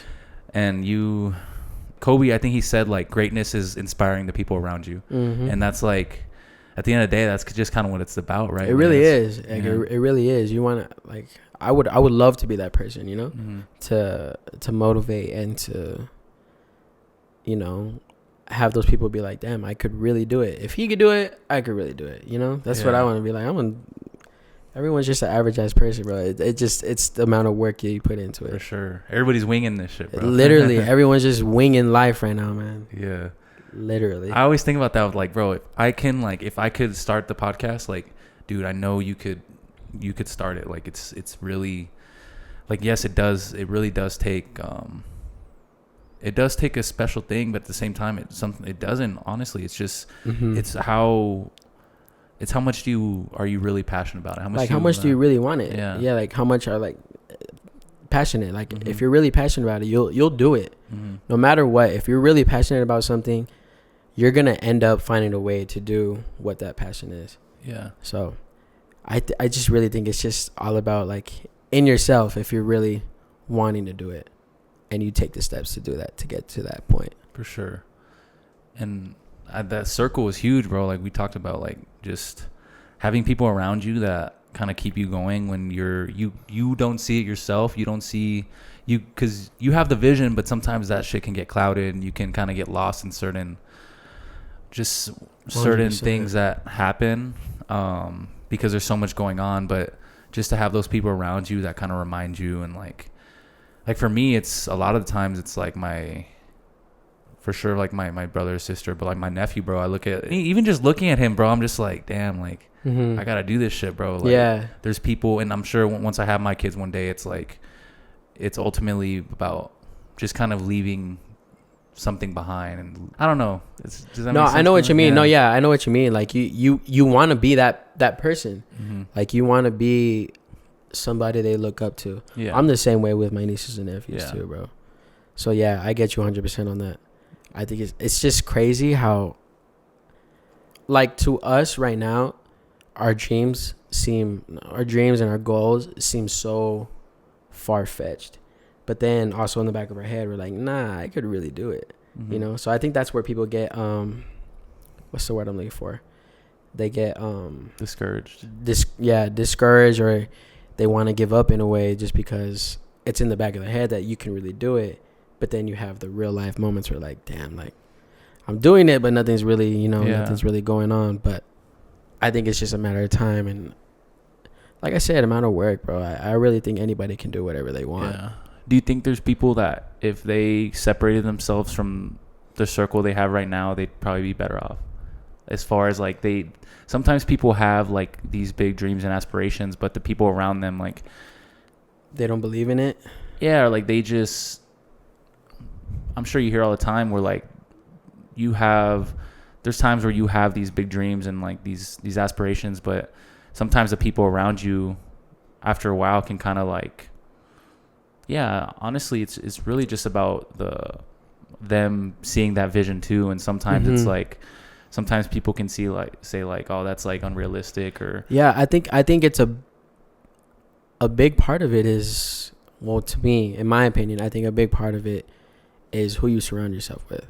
If you're hanging out all the time, or if you're around these people all the time and they don't have, like, they don't get your ambition, they don't understand your ambition, or they don't respect what you want to do, and they're just giving off that negative, it doesn't have to necessarily be negative, but they're just giving off that wrong vibe to where it kind of kills the vibe you're trying to go for and for everything that you're trying to do.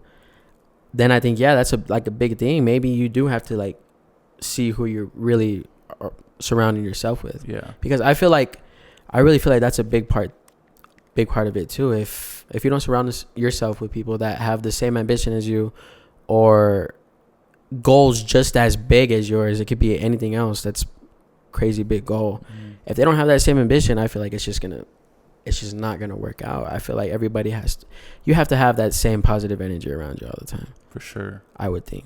Yeah. All the time. I agree.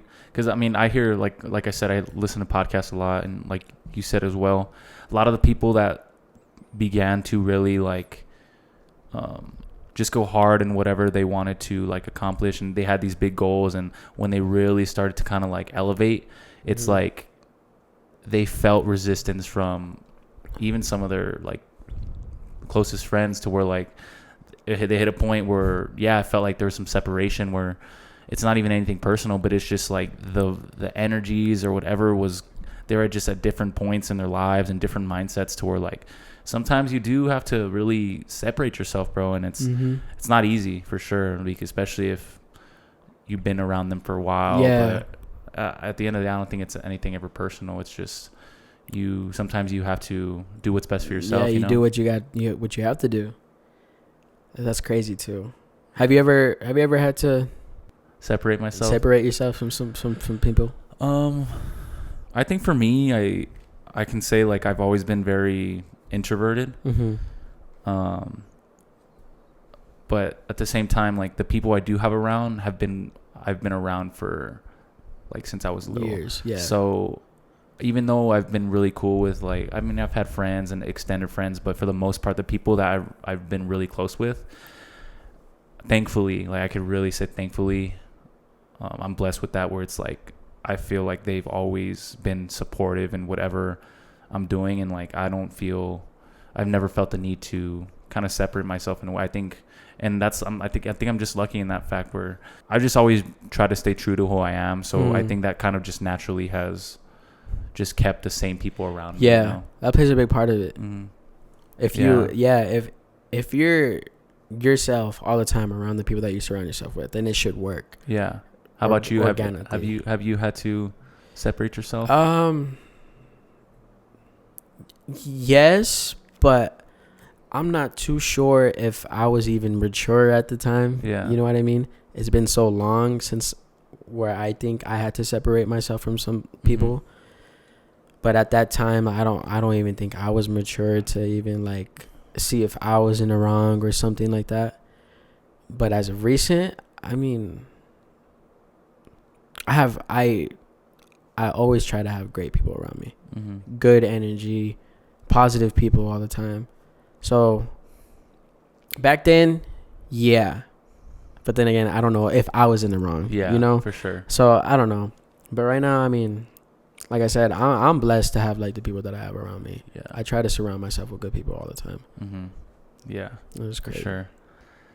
So for someone who was in your position, it can be an artist, it can be a musician, or even just someone who wants to do something like with like an entrepreneur, or like something creatively. Right. But they really just are nervous about taking that leap. They're kind of unsure of themselves, but they know that they're passionate about it. Like, what's advice you would give to someone who's in that position?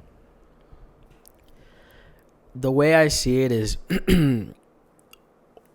now, like in our time with this day, with the amount of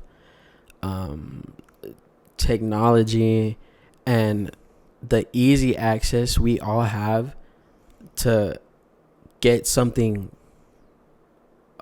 popping off or blowing up, whether it's a business, a brand, a podcast, an artist, the way all it takes for us right now to just have that one thing to change everything, why not take that risk if you're so passionate about something? You know, it really just takes that one thing now. I'm saying now because it's just like I said, like with social media, everything, it really does take that one thing to set everything on fire that you've ever wanted. Mm-hmm. You know what I mean? Yeah. So why not take that risk rather than dwelling on it and always living with, man, I should have really tried it. I know I could have done it. I should have tried it. At least, and if it doesn't work out, at least you fucking struck out trying, swinging for the fucking fences. Yeah. You know what I mean? Like what's gonna happen if you try super hard and it doesn't work out? At least you fucking tried. Yeah. You know? Rather than you have this huge goal, you have these huge dreams, you're so passionate about something, and then you're living your life not doing anything about it, but it's always in the back of your head. And then you get to that point where you can't do anything about it at that point, and you're just like, damn, I never really took a chance. Mm-hmm. You know? So I'd rather just, that's what I always say, like, just do it. You never know. Keep going at it. At least you tried. If it doesn't work, what's the worst that can happen? It didn't work out. Yeah. You know, plan B. Fuck it. Yeah. But at least you fucking tried, man. You have to try. Always have to try. You can live with yourself at the end of the day. Like, you can. Exactly. When you're older, you can be like, all right, I fucking gave it. I gave it all I could. Like, at least I tried, you know? Yeah. So yeah. I think that something I hear all the time too is like, people aren't necessarily, they don't have a fear of failing. They have a fear of not what other people are going to think of them if they fail. Like, right. Oh, okay. Yeah. Yeah. Wow. Yeah. I mean, I would fear that too. Yeah. Because I would. Yeah. Because don't get me wrong. Like, for my eyes, it's like, it's more so for myself. I think the reason I do what I do is a lot of it's like, I'm afraid of not living up to the potential like I see for myself. But I don't know. Maybe a part of it is like, how are people, like, maybe people do see it in that way. Like, how are people going to perceive me if I do this? I say I'm going to do this and I do it and it doesn't work out. And it's like, damn, yeah, I really never thought of it that way.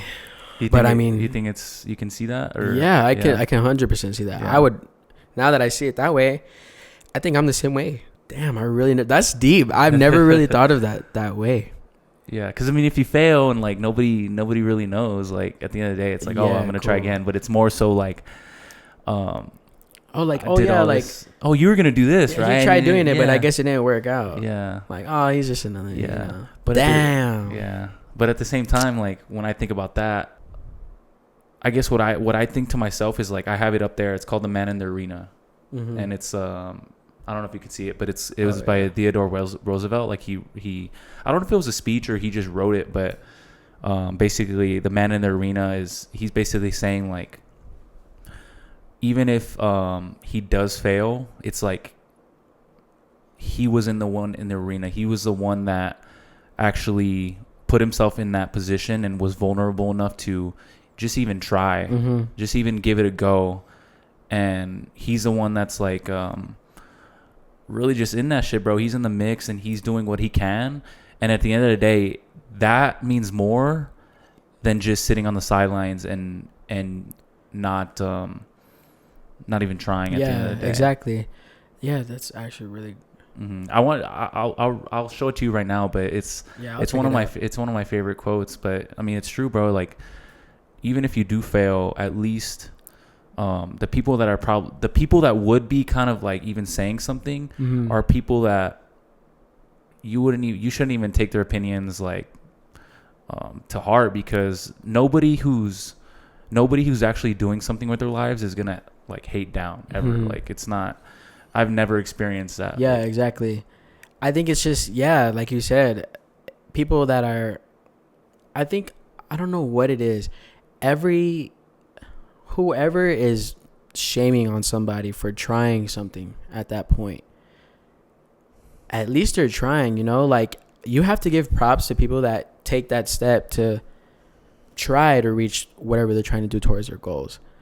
And then it's mostly, and it usually is, people that aren't trying to reach whatever they're trying to do. They have a passion, but then they see you chasing your passion and they're not doing anything about it. Yeah, because it reminds them of what they're not doing, Like, and that's when they start to hate, and that's when they start to talk shit.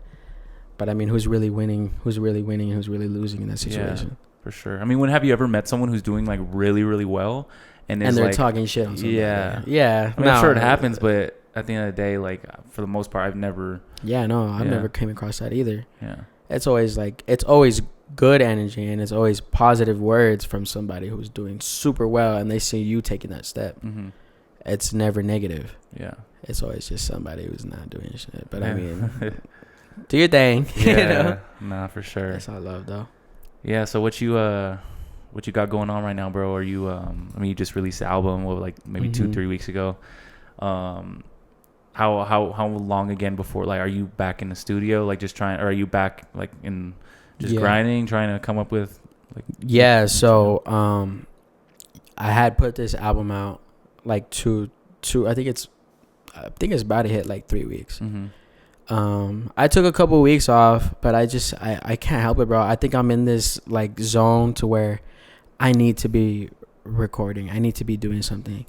And right now I'm really in this zone to where I want to make music back. I want to go back to making music that I truly love. I think with this album, don't get me wrong, everything that I have on this album, I love. I love the songs that I have on there.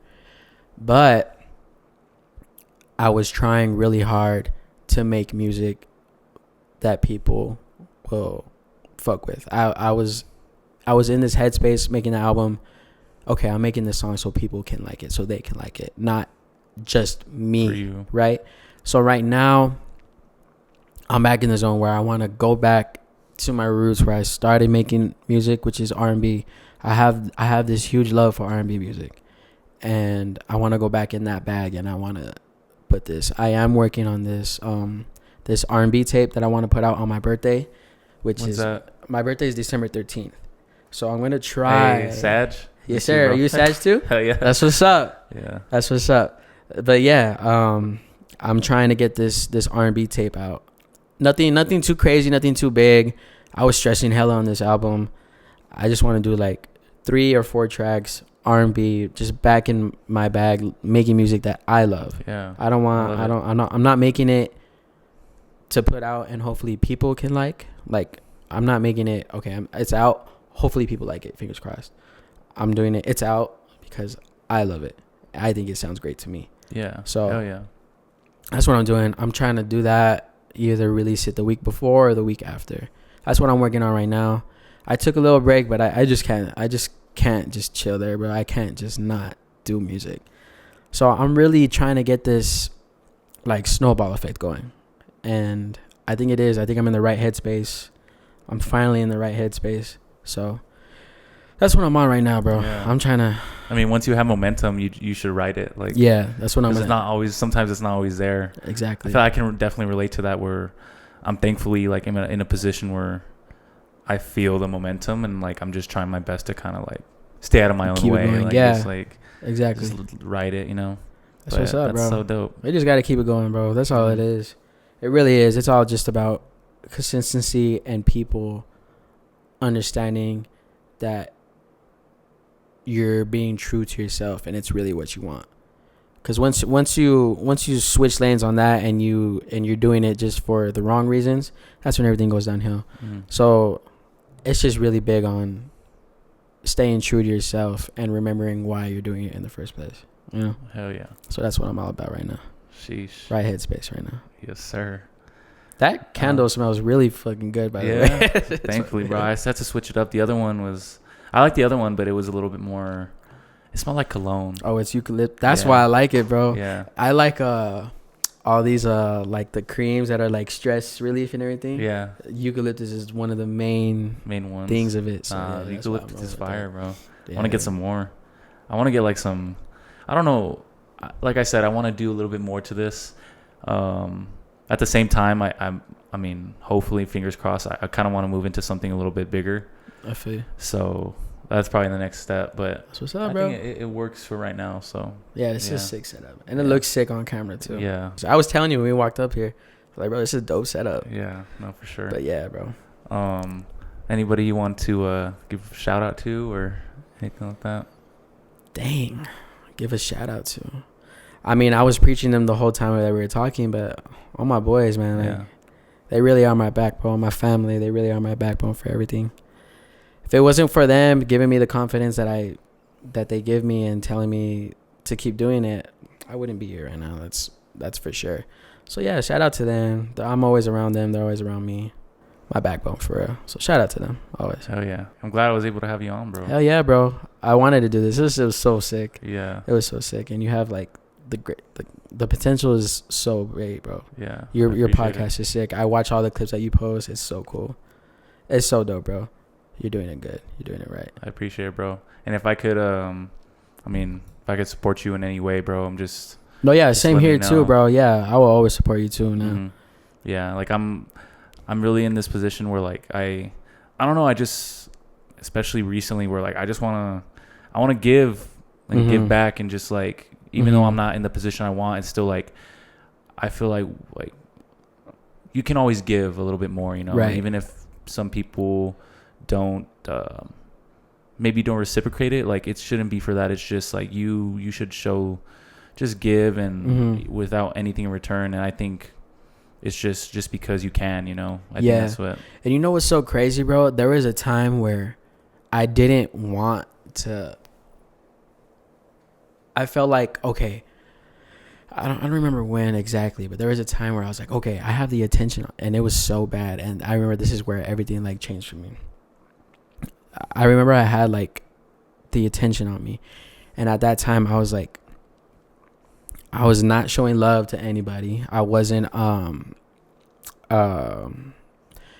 just like simple showing love like on social media to other people, to other artists, and I realized like, yo, that's really fucking me up right now. That's what's really getting me in this. I went into like this weird headspace, like the super negative headspace where I was at, and I was just like, what do you think it came from? I don't know. Yeah. I try to put my finger on that, but I really don't know to this day. I don't know where that came from. Cuz I mean, it happens. Like I get in spaces all the time where I'm not happy about it, and I notice it. I'm just like, what is that? Like, why am I like, why am I acting that way for some reason? Yeah. And then right when I realized that, and I was like there's no reason for me to do that. There's plenty for everybody. There's plenty for fucking everybody. And then I started, you know, going out, showing love to everybody else, doing their thing, showing my respects to everybody else.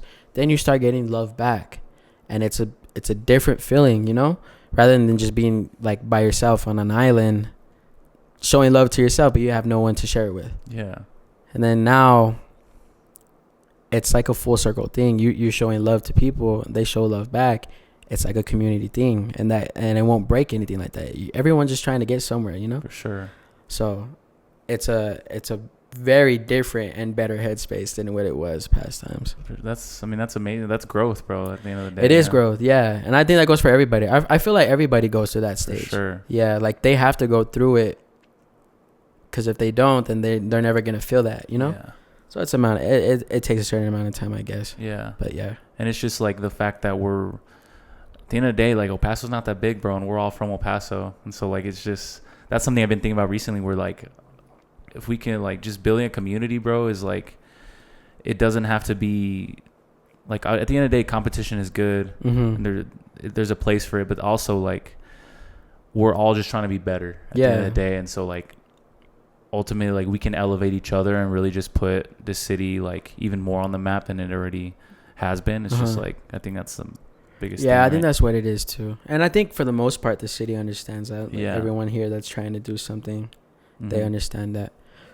But yeah, I'm glad it's like that. I'm glad it's not like a whole negative Nancy area. Yeah, for sure. But yeah, like I said, bro, if you need anything, just let me know. I'm excited to put this out, bro, for sure. It's gonna, hell yeah, bro. It's gonna be dope. I'm excited. Thank you for having me, bro. That shit was fun. Got you, bro. Love, bro. All the time. And then we gotta, how long have we been going? I think it's been almost 2 hours, bro. Oh shit. Yeah. And a good talk. For sure. But yeah, I mean, we could definitely do it again at some point and have maybe like you said, we go live and just like get some feedback from everybody. Damn, I completely forgot about that idea. Yeah. Next time we'll do it for sure. And hopefully the next time it's at you know, we're always both trying to grow and see where we're at that point in time. Hopefully it's where we want, where we're manifesting and working towards, you know. For sure, bro. We'll get there. Amen to that, bro. Yes, sir. Yeah, that's the MVP episode. Shit, we're on episode 18. Episode 18. Yes, sir. But yeah, man, thank you guys so much for tuning in here with Cyress. If you guys are watching this, wherever you're watching it, it's gonna be on YouTube, Apple Podcasts, Spotify. Don't forget to hit that subscribe button, like and subscribe. But yeah, man, where can they reach you on social media? So on my social media platforms, you can find me on Instagram at It's Cyress. Look, wherever you stream your music, I'm there. Just search up Cyress, Cyress.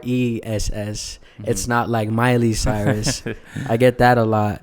But yeah, Cyress on every single music streaming platform, whether that's Apple, Spotify, YouTube, Pandora, Tidal, anywhere, that's where I'm at. But yeah, man, it's been love, and this was a good vibe. This was a good energy. Proud to be here, bro. Excited to be here. For sure.